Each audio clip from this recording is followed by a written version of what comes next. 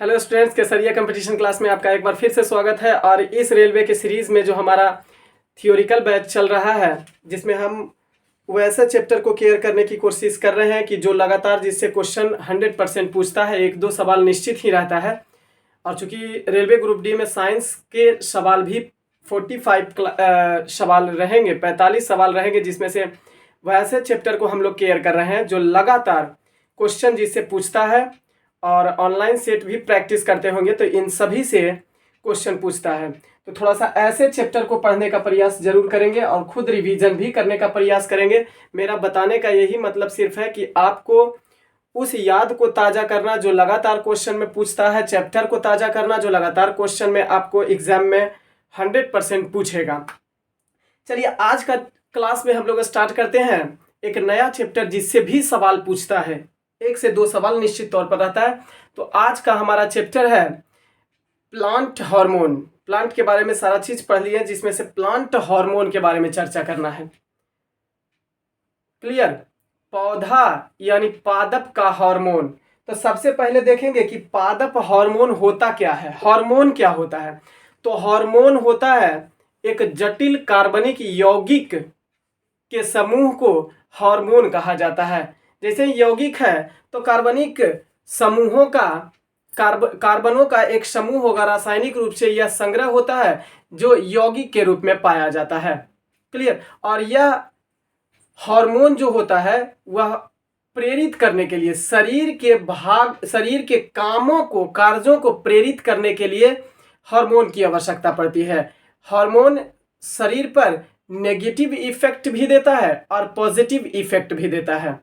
Clear? तो अभी हम शरीर यानी कि ह्यूमन बॉडी के बारे में हार्मोन नहीं पढ़ा रहे हैं, अभी हम पादप हार्मोन के बारे में पढ़ा रहे हैं। तो जाहिर सी बात है, ठीक जिस तरीका से मानव का हार्मोन होता है उसी तरीका से पादप का भी हार्मोन होता होगा।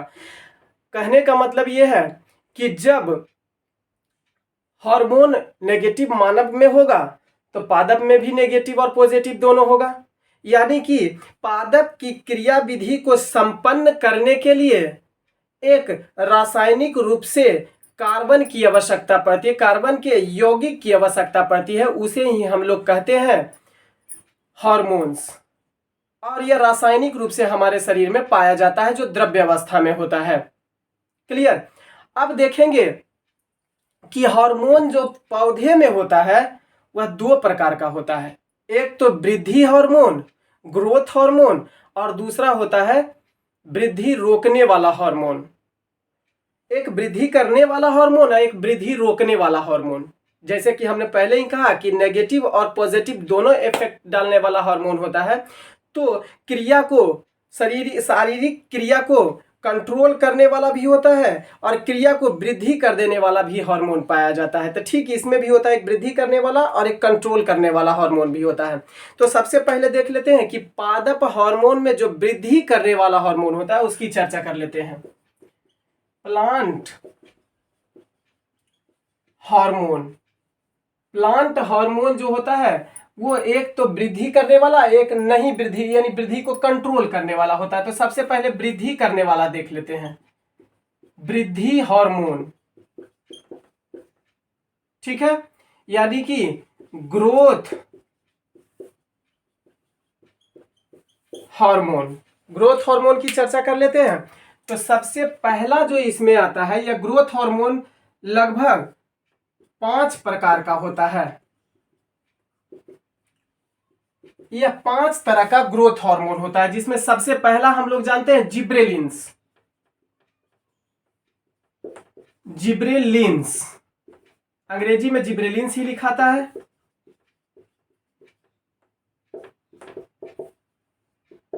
Gibberellins hormone.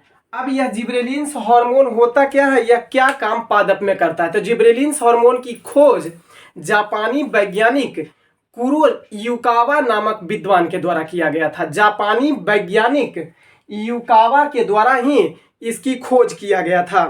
क्लियर? अच्छा, युकावा नहीं, कुरोसावा के द्वारा जिब्रेलिन्स हार्मोन की खोज जापानी वैज्ञानिक कुरोसावा के द्वारा खोजा गया था सन 1926 ईस्वी में। इसका काम होता है, नामे से स्पष्ट है, जिब्रेलिन्स मतलब यह जिलाने का काम करता है। नाम से याद रखेंगे, जिब्रेलिन्स का मतलब होता है, आप याद रखने के लिए कहिएगा कि यह जिलाने का काम करता है। मतलब कि यह जिब्रेलिन्स हार्मोन कोई भी बीज है, कोई भी पादप का बीज है, उसके सुषुप्त अवस्था में जब वह अंकुरित नहीं हो पा रहा है किसी कारणवश, तो यह हार्मोन जो होता है उसको अंकुरित करने का काम करता है। तो जिलाने का काम किया। जो बीज पहले से मरण अवस्था में था, वह जी नहीं पा रहा था, अंकुरित नहीं हो पा रहा था, उसको यह क्या किया, अंकुरित करने में मदद कर देता है, यानी अंकुरन को बढ़ा देता है। यानी कि बीजों के सुषुप्त अवस्था को भंग करके उसे अंकुरित होने के लिए प्रेरित करता है जिब्रेलिन्स हार्मोन। दूसरा होता है, यह पौधे का वृद्धि हार्मोन होता है। इसका मतलब पौधे की वृद्धि में कहीं ना कहीं यह हेल्प करेगा, यानी बौना पौधा को लंबा करने में भी यह मदद करेगा। बौना पौधा को लंबा करने में यह जिब्रेलिन्स हार्मोन मदद करता है। क्लियर। इसके अलावा भी और देखेंगे तो यह काष्ठीय पादप में, जिसमें काठ पाया जाता है, काठ लकड़ी जिसको कहते हैं, काष्ठीय पादप में यह एघा यानी कैम्बियम की सक्रियता को बढ़ा देता है। एघा का मतलब होता है कैम्बियम, और यही कैम्बियम होता है जिसको हम लोग वार्षिक वलय कहते हैं।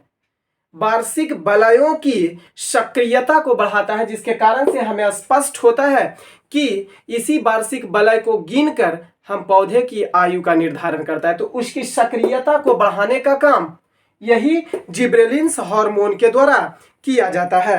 अब देखेंगे, इस जिब्रेलिन्स हार्मोन का अगर छिड़काव कर दिया जाए किसी पादप पर, उसके बीजों उसके फलों पर, तो फलों में वृद्धि हो जाती है, फल बढ़ जाता है, फल अपने आकार से वृद्धि कर जाता है। क्लियर। तो फलों और फूलों को बढ़ाने के लिए, उसके औसत कह सकते वृद्धि से उसको बढ़ाने के लिए यही जिब्रेलिन्स हार्मोन उत्तरदायी होता है। और यह जिब्रेलिन्स हार्मोन को कुरोसावा ने पहली बार कवक से प्राप्त किया था। अतः इस जिब्रेलिन्स हार्मोन को कवक के द्वारा प्राप्त किया जाता है। तो सबसे पहला पॉइंट इसमें क्या लिखेंगे कि इसकी खोज कुरोसावा ने 1926 ईस्वी में किया था। यह काम क्या करता है, तो यह काम करता है कि बीजों के सुषुप्त अवस्था को भंग करके उसे अंकुरित करता है। सुषुप्त अवस्था को भंग करके उसे अंकुरित होने में मदद करता है उसकी। तीसरी बात क्या कहेंगे, तो बौना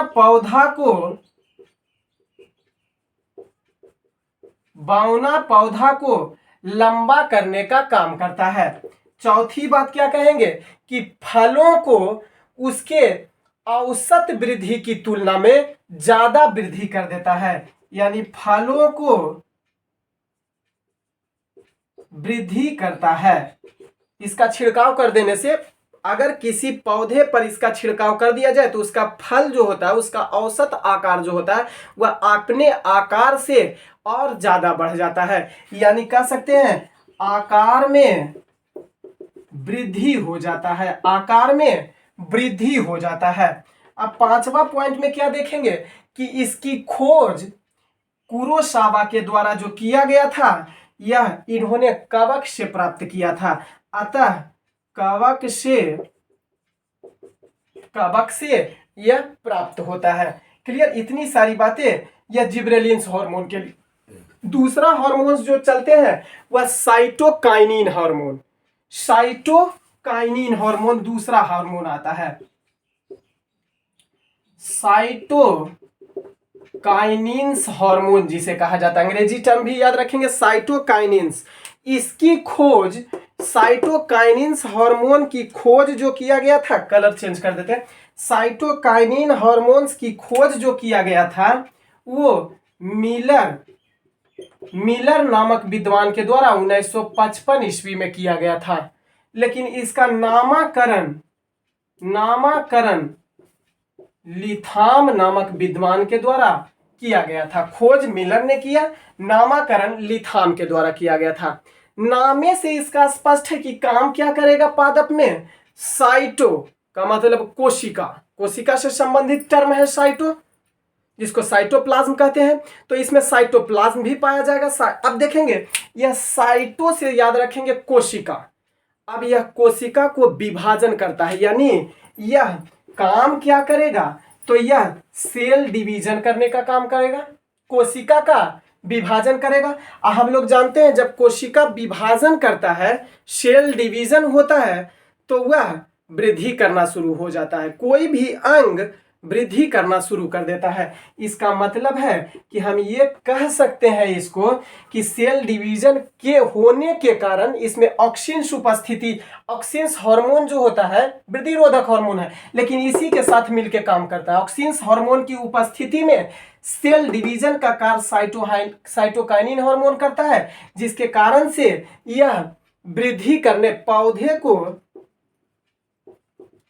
पौधे को वृद्धि करने का काम यह साइटोकाइनिन हार्मोन में होता है।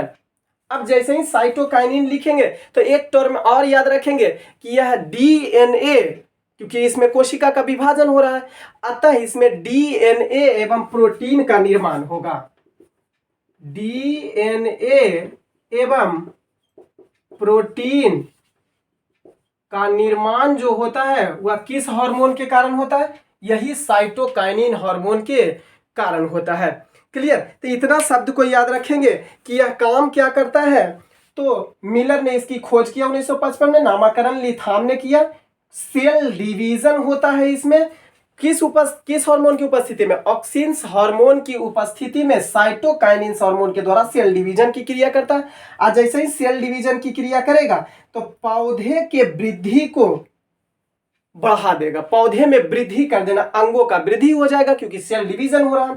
डीएनए एवं प्रोटीन का निर्माण भी इसी साइटोकाइनिन के हार्मोन के द्वारा सेल डिवीजन के दौरान किया जाता है।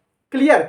अब देखेंगे कि यह काम और एक करेगा जो पौधे के पत्ती को जीर्णता को रोकता है। पौधे में पत्ती के जीर्णता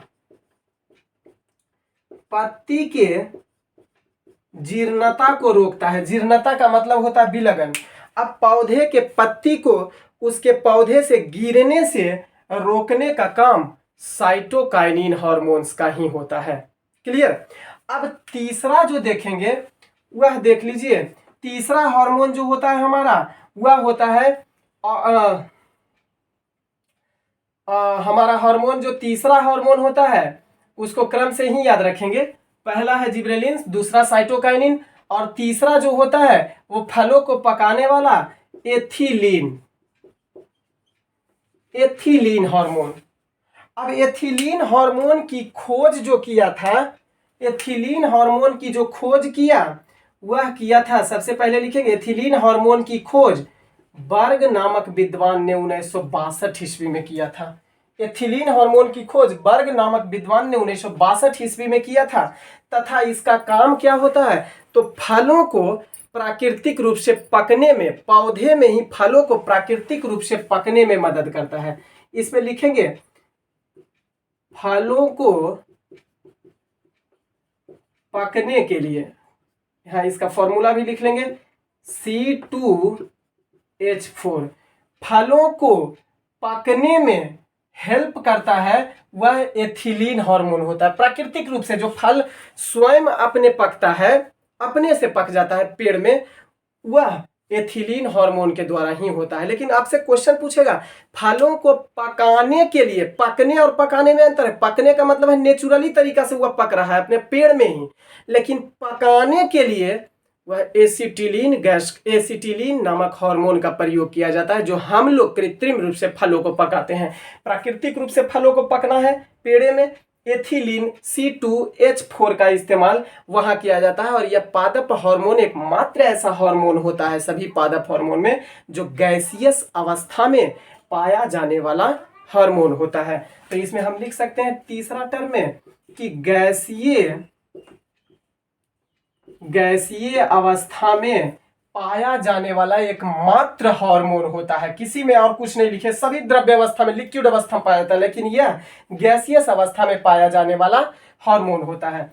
अब देखेंगे एक टर्म और कर सकते हैं कि फल जब पक जाएगा, फल जब पक जाता है तो जाहिर सी बात है पकने के बाद यह पेड़ों से गिरने का भी काम होगा। जब पूरी तरीके से पक जाता है तो पेड़ से खुद ब खुद फल गिर जाता है। अतः फलों के विलगन को भी यह प्रेरित करता है, फल को गिराने में भी मदद करता है। फल और पत्ती, वैसा पत्ती जो गल जाता है, सड़ गल जाता है, परिपक्व हो जाता है, उसका काम नहीं रह गया पौधा में, तो उसे यह गिराने में भी मदद करता है। अतः फलों एवं पत्ती को विलगन करता है, विलगन को प्रेरित करता है। फलों एवं पत्ती के विलगन को यह प्रेरित करने का काम एथिलीन हार्मोन के द्वारा ही किया जाता है। क्लियर, इतना बात हो गया। अब देखेंगे कि कभी कभी देखते होंगे कि जब कभी भी हम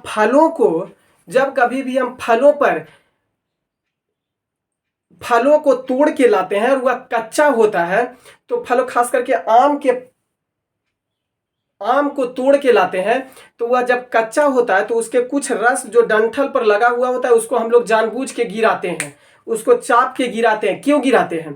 क्योंकि यह एथिलीन हार्मोन जो होता है वह उसमें पाया जाता है, और जैसे ही हमारे स्किन के संपर्क में वह आता है तो वह हमारे शरीर के संपर्क को भी पका देता है, स्किन को वह पका देता है, जिसके कारण से यह एथिलीन हार्मोन ही होता है जो उसके डंठल के पास मौजूद होता है। और आम जब हमारे आंख पर, फेस पर या किसी भी स्थान पर, स्किन पर जब गिरता है या पड़ता है तो वहां के स्थान को वह गला देता है, क्योंकि वह पकाने का काम करेगा और स्किन को भी वह पका देता है। जिसके कारण से बड़े बुजुर्ग भी कहते हैं कि जब भी आम लाया करो कच्चा तो उसको सबसे पहले पानी में रख दिया करो, ताकि उसका एथिलीन जब समाप्त हो जाएगा वह गैस, तो उसको खाया जाता है, जिससे कोई प्रकार का हानि नहीं होता है। और कच्चा खा लेने के बाद, कभी कभी बचपन में अमौड़ी भी हम लोग खा लिया करते थे, तो होता क्या था कि पूरा मुंह पक जाता था। क्यों? क्योंकि एथिलीन गैस है और वह जैसे ही मुंह पर पड़ता था वह हमारे मुंह को पका देता था। क्लियर? तो यह होता है एथिलीन गैस। जबकि चौथा जो जानते हैं वह चौथे को हम लोग ट्राउमाइटीन हार्मोन। अब यह ट्राउमाइटीन जो होता है, जब कभी भी पेड़ों से फल को या पेड़ों में जब कभी भी नुकसान हो जाता है या खरोच आ जाता है या घाव हो जाता है, तो घाव को भरने के लिए ट्राउमाइटीन हार्मोन मदद करता है। तो इसका काम होता है घाव को भरना, इसका काम घाव को भरना होता है। जब कभी भी घाव लग जाता है फलों में या पेड़ों में, तो यह उस स्थान पर एकत्रित होके उस घाव को भरने का काम यही करता है ट्राउमाइटीन। जबकि इसका पांचवा जो वृद्धि हार्मोन होता है, पांचवा वृद्धि हार्मोन जो होता है वह होता है हमारा ट्राउमाइटीन के बाद हमारा पांचवा जो हार्मोन होता है वह फ्लोरीजेंस होता है। फ्लोरीजेंस होता है। फ्लोरीजेंस का काम क्या होता है? इसको कहाँ ही जाता है कि फूलाने वाला, फूल को फूलाने में मदद जो करता है, फूल को फूलने में जो मदद करता है जिब्रेलिन्स हार्मोन करता है, लेकिन फूलाने का काम कौन करता है? यह फ्लोरीजेंस। फ्लोरीजेंस से याद रखेंगे फूल, फ्लोरीजेंस मीन्स फूल याद रखेंगे। फ्लावर होता है, फ्लो से फ्लावर याद रखेंगे, तो फ्लावर को फूलाने में जो मदद करता है हार्मोन वह फ्लोरीजेंस हार्मोन होता है। यही कारण है कि इस हार्मोन को हम लोग कहते हैं फूल खिलाने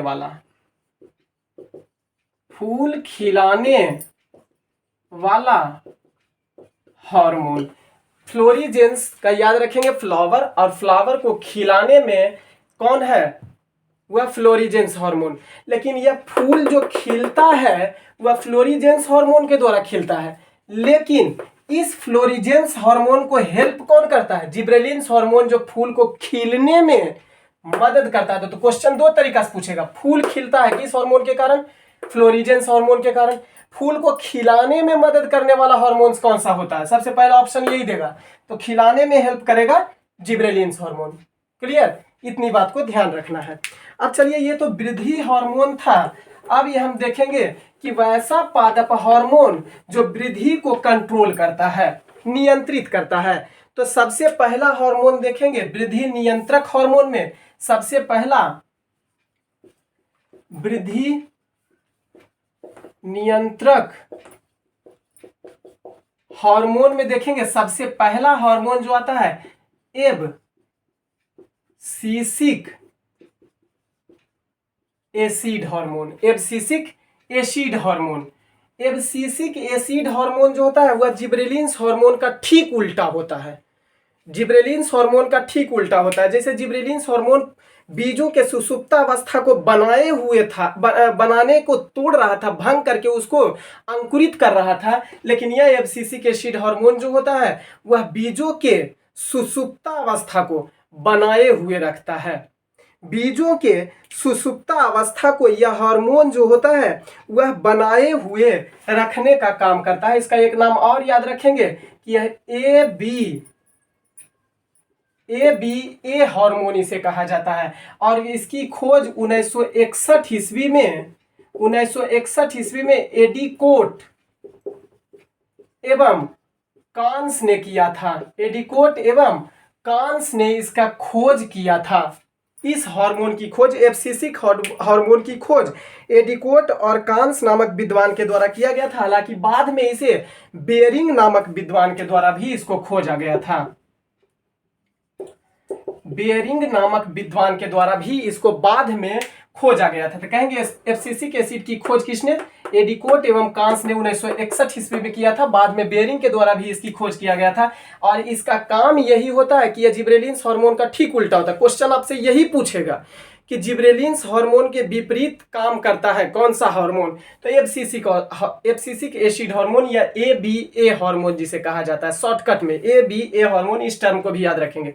होता क्या है कि जिब्रेलिन्स हार्मोन जिलाने का काम करता है, लेकिन ये उसको सुसुप्तावस्था को मारने का काम करता है। ऐसा नहीं कि मार देगा एकदम, ऐसा नहीं है। इसका मतलब ये है कि यह जिलाने में मदद नहीं करता है, बल्कि उसके सुसुप्तावस्था को और सुसुप्त बनाए हुए रहता है, यानी अंकुरित तो होने से उसको रोके हुए रहता है।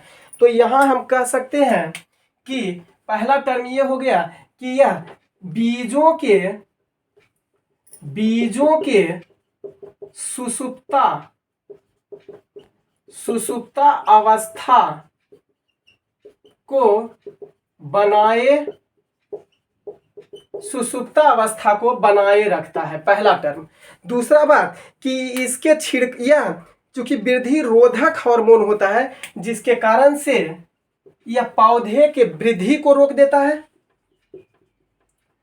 पौधा के वृद्धि को रोकता है। तीसरा टर्म, अब जब पौधा के वृद्धि को रोकेगा तो जाहिर सी बात है यह कहां पाया जाएगा? पौधा के सबसे शीर्ष स्थान पर, सबसे ऊपर वाला स्थान पर, ताकि यह ज्यादा से ज्यादा आवश्यकता से ज्यादा ऊपर बढ़ ना जाए, जिसके कारण से फल भी हम लोग तोड़ नहीं सकते हैं।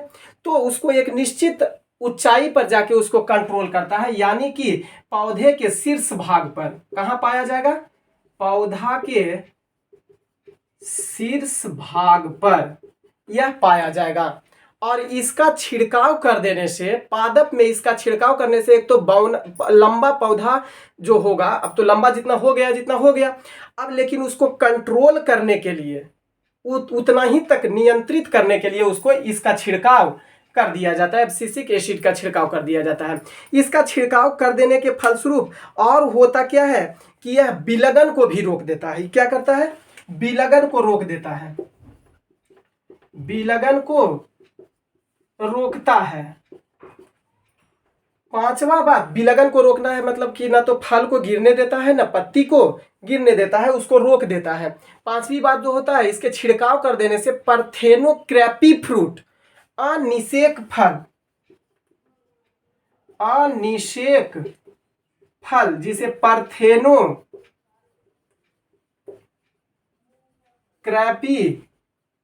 फ्रूट का निर्माण होता है। पार्थेनोक्रेपी का मतलब होता है कि ऐसा फल जो बिना निषेचन का हो गया, अंडाशय से ऐसा फल निकल आया जिसका फर्टिलाइजेशन नहीं हुआ, निषेचन नहीं हुआ, और निषेचन के बिना ही वह फल बाहर आ गया अंडाशय से, उसे अनिषेक फल कहा जाता है। तो अनिषेक फल जो होता है, एब्सिसिक एसिड, अनिषेक फल का अगर यदि जो क्या करते हैं उत्पादन करना है तो एब्सिसिक एसिड का छिड़काव कर दिया जाता है। अनिषेक फल का कई उदाहरण होता है, जैसे कि थोड़ा सा यही समझ लेंगे, केला, इसके अलावा नारंगी, इसके अलावा अंगूर, नाशपाती, ये सभी अनिषेक फल का उदाहरण होता है जो पार्थेनोक्रेपी फ्रूट के अंतर्गत शामिल किया जाता है। तो अनिषेक फल का निर्माण एब्सिसिक एसिड के द्वारा ही किया जाता है और यह फल को गिरने से भी रोक देता है। यहीं पर लिख दें, विलगन को रोकता है, इसका मतलब पत्ती को भी नहीं गिरने देता, फल को भी नीचे गिरने नहीं देता है। यह होता है ऑक्सिन्स हार्मोन। दूसरा हार्मोन जो होता है वृद्धि रोधक हार्मोन के अंतर्गत, वह होता है एब्सिसिक एसिड के अलावा ऑक्सिन्स हार्मोन होता है। ऑक्सिन्स हार्मोन होता है, याद कीजिए ऑक्सिन्स हार्मोन के बारे में क्या कहे थे। ऑक्सिन्स हार्मोन को इंडोल एसिटिक एसिड IAA के नाम से भी जाना जाता है, इंडोल एसिटिक एसिड के नाम से भी जाना जाता है। इसकी खोज पादप में सबसे पहला हार्मोन की खोज डार्विन के द्वारा 1880 ईस्वी में किया गया था। ऑक्सिन्स हार्मोन ही पादप का सबसे पहला हार्मोन था। इसकी खोज डार्विन के द्वारा 1880 ईस्वी में किया गया था। अब यह auxins hormone indole acetic acid इसका पूरा नाम होता है, इंडोल एसिटिक एसिड इसका पूरा नाम होता है। और इसका काम क्या होता है कि यह ऑक्सिन्स हार्मोन जो होता है वह पहले ही बता चुके हैं कि यह साइटोकाइनिन हार्मोन के साथ मिलके यह काम करता है। यह भी एक वृद्धि रोधक हार्मोन होता है, वृद्धि को रोकने का यह काम करता है इंडोल एसिटिक एसिड हार्मोन या ऑक्सिन्स हार्मोन। क्लियर? यह इतना याद रखेंगे कि जब भी आपसे क्वेश्चन पूछेगा कि साइटोकाइनिन के विपरीत कौन सा हार्मोन काम करता है, तो वो याद रखेंगे कि वह होता है ऑक्सिन्स हार्मोन, जो साइटोकाइनिन हार्मोन के विपरीत काम को करता है। क्लियर? अब ये था हमारा पादप हार्मोन। इसमें थोड़ा सा एक चीज और याद रखेंगे कि फलों को प्राकृतिक रूप से पकाना है तो हम लोग जानते हैं C2H4 यानी एथिलीन। लेकिन कृत्रिम रूप से फलों को पकाने के लिए या फलों को पकाने के लिए कौन सा हार्मोन कृत्रिम रूप से, तो कहेंगे C2H2 यानी एसिटिलीन होता है। क्लियर? अब इस एसिटिलीन का निर्माण कैसे होता है, तो कार्बाइड बाजार से आता है CaC2 और इसको नमी के साथ अगर यदि जो मिला के फल पर डाल दिया जाए, फलों को एक गांजा में, एक दौरी में या कहीं ऐसे स्थान पर जहां नमी वाला स्थान है, वहां पर कार्बाइड को CaC2 कार्बाइड होता है और इस कार्बाइड को नमी वाला स्थान में अगर रख दिया जाए और फलों के ठीक बीचों बीच में, तब बनता है हमारा C2H2 प्लस इसमें CaO बाहर आ जाता है। जब कभी भी देखते हैं फल पक जाता है तो फल के नीचे जो कार्बाइड रखे थे वह नीचे क्या हो जाता है, चूना के रूप में उजला उजला आ जाता है, वह चूना बन जाता है, CaO बाहर आ जाता है और चूना के रूप में हमें वह कार्बाइड मिल जाता है नीचे और फल पका हुआ रह जाता है। क्लियर? ये बात हमारा पादप हार्मोन के बारे में था। वीडियो थोड़ा लंबा भी हो जाए फिर भी इसको डिटेल रूप से देखिएगा, बार बार इसको रिपीट करने का कोशिश कीजिएगा, खुद ब खुद याद हो जाएगा। प्रत्येक एग्जाम में इससे क्वेश्चन 1 से 2 क्वेश्चन रहता है। आज की सेवा को देते हैं विराम, बाकी न्यूमेरिकल के क्लास में हम लोग मिलते हैं।